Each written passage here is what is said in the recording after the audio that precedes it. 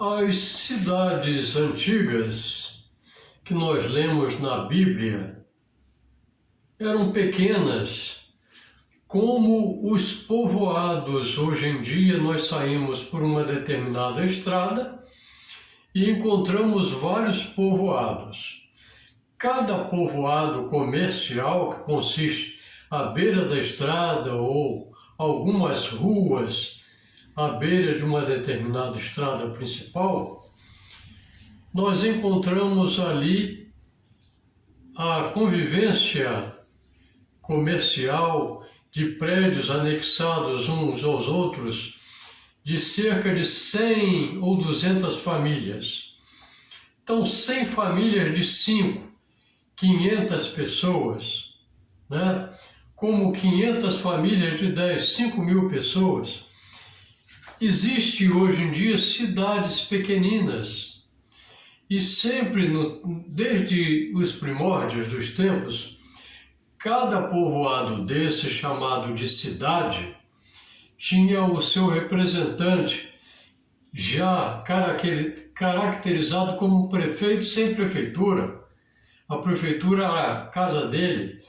Prefeito porque era uma pessoa conhecida do mensageiro do rei. Então o mensageiro do rei passava por aquele povoado e procurava por aquele homem para conversar sobre todos daquele povoado chamado cidade. Como exemplo bíblico, nós temos Jerusalém e Betânia. Betânia, o povoado de Betânia, ficava a cerca de 3 quilômetros, somente 3 quilômetros de Jerusalém. Jerusalém aqui, 3 quilômetros por um caminho, ficava Betânia. Como o caso de Nazaré, um povoado de cerca, digamos, 200 ou 300 famílias, talvez menos. Aquele povoado chamado Nazaré ficava a 25 quilômetros do Mar da Galileia como fonte de referência. Nós saímos dali ao Mar da Galileia, 25 quilômetros, atravessando o Rio Jordão, já estava em Cafarnaum. Mar da Galileia, 25 quilômetros, mais alguns quilômetros, atravessando o Rio Jordão, já entrava para outro povoado chamado Cidade de Cafarnaum, nos confins de Zebulon. Eram povoados, na realidade. Vocês entendem isso?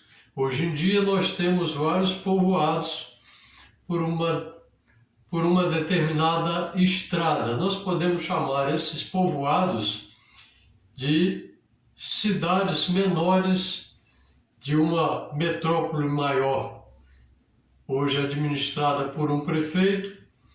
Em cada povoado, naturalmente, o prefeito conhece o seu subprefeito, o representante do mensageiro da prefeitura, no caso do vereador.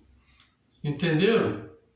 Como que surgiram as cidades e ainda até hoje o sistema administrativo não administrativo conforme nos primórdios do tempo, que os impostos eram pagos direto ao mensageiro do rei, e quando os mensageiros do rei, o mensageiro principal com os demais mensageiros, soldados, e o próprio rei chegava ao povoado, comia, bebia à vontade, dormia sem pagar nada. Tudo fazia parte dos impostos. Girava em torno do dízimo arrecadado para levar. E o que eles comiam por ali, consumiam, ficavam à mercê da história como direito que eles tinham.